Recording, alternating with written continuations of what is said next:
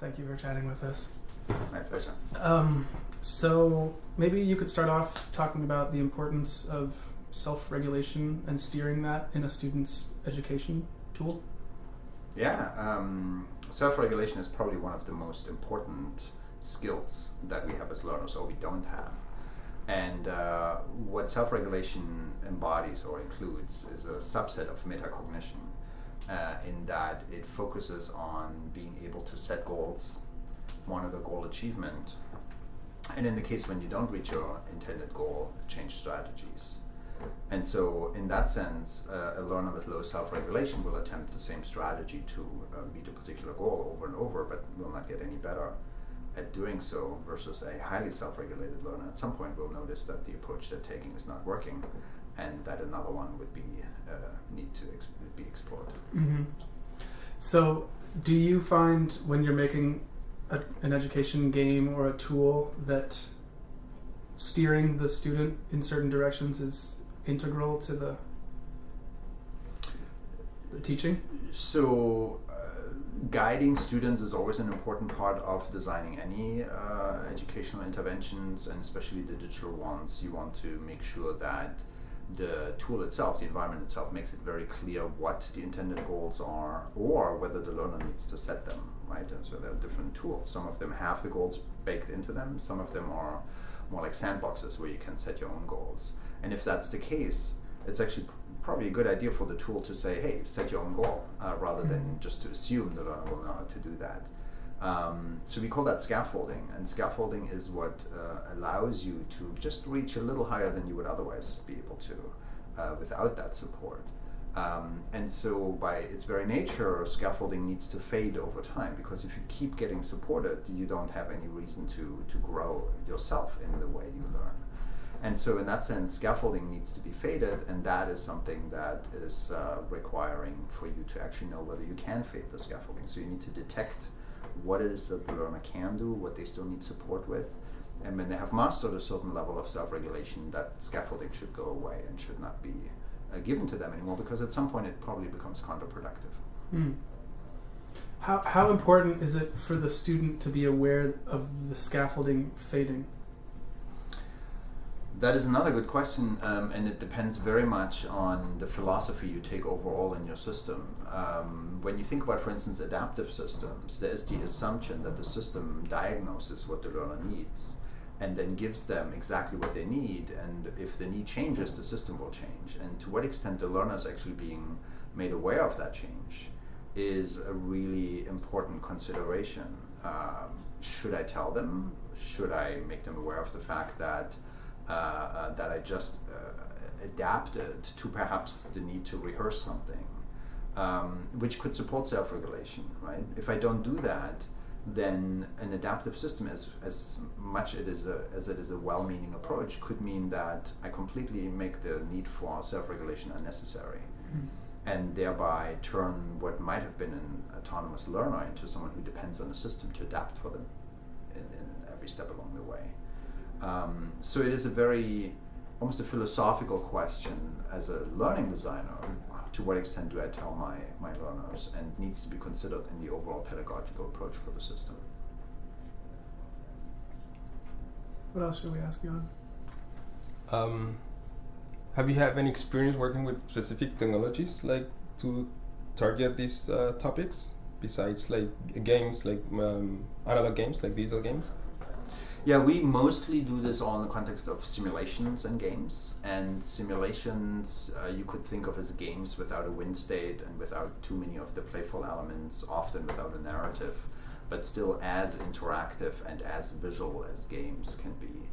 And so, especially in simulations, when there's no end state, there's no goal state, you're just exploring a particular system and how different variables within the system relate to one another. It becomes very interesting to ask, to what extent do I need to scaffold that? To what extent do I need to support self-regulation in the learner? To what extent do I need to encourage them to set goals? And so with every simulation has to come a curriculum, has to come certain materials that the instructor, the coach, the parent, the caretaker gives the learner, or that the learner develops on their own. That actually would be even a better way of doing that, but you have to, with every simulation, encourage that kind of process of what do I do with that simulation? What is it that I can learn with that simulation? And that is a metacognitive process, knowing about learning, understanding how you learn, what strategies work for you and in what context, and then monitoring whether those strategies work in this particular context, because they might not when you apply them to a new one. And so yes, simulations are a prime example for thinking about metacognition. Can you expand a little bit on that, on like the metacognition aspect, like which are like the best approaches to like increase the knowledge about how people learn about themselves, like and improve that part? Maybe you can like. Yeah, the best way of encouraging people to learn about their own learning is to give them what we call reflective metacognitive scaffolds, or in general moments for reflection. And especially in busy times like we're in right now, where everything seems to be just focused on meeting that goal and reaching that goal, getting that grade, getting that certificate, reflection is actually something that's completely undervalued. And so when you think about taking the time to reflect on, well, probably life in general, but in this particular case, your success in applying a certain strategy in a certain situation, if there were a system that would actually support that, the impact of that would go well beyond that particular situation in which people learn, but it would prepare them for learning in general, enhance their learning in general. And so it's probably a very uncontroversial thing to say is that highly successful individuals are those that self-reflect and self-regulate and constantly monitor, in general, their overall performance, not just in learning. When you think about it, learning is what we do on a daily basis. Learning is what I do when I get out of bed in the morning until I go back to bed, and perhaps even while I'm still in bed. And so it is something that is a lifelong process. It's not limited to formal learning at all kind of process, and therefore something that any tool that encourages that would be a highly important tool to support not just a particular situation but learning in general. So although technologies are like moving away from like our reflective state, do you feel like technologies can do the other part too, like make us more reflective in a sense, like if we use it like from another point of view? Yeah, I mean, the interesting thing about digital technologies in general is they can be whatever we design them to be. We just have fallen into a kind of paradigm of more is better, and smaller bits of pieces of information and more of them and faster is better.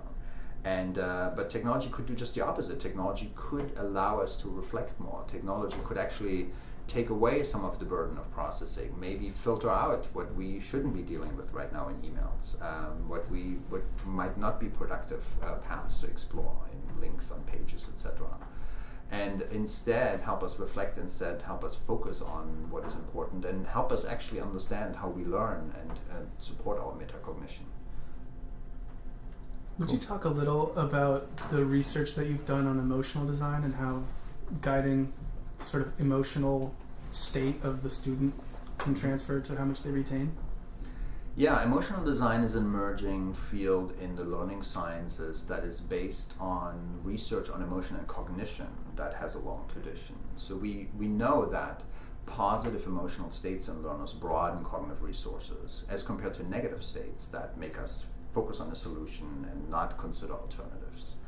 And so if we are able to induce positive emotions in humans, we get more creative problem solving, we get a more positive outlook in general, we see more positive things around us. And so translating that to learning, we have found that when we redesign materials to induce positive emotions, we actually get better learning outcomes. And that redesign can be simply applying very well-known theories around warm colors induce positive emotions, round shapes induce positive emotions. That's based on the baby face bias. And we now explore game characters to do that. There's music and sound effects that can do that. There are many other ways of inducing positive emotions during learning. And so that is I want to say, re-emerging insight into learning, because we knew that at a certain time. And then the Industrial Revolution came around and everything had to be in schools, tight curriculum, everybody in their chair and not blinking, and so all of a sudden we forgot that there's actually an emotional component to learning. So now we realize that that's actually important, and we can use leverage technology to enhance and induce positive emotions and actually thereby enhance learning.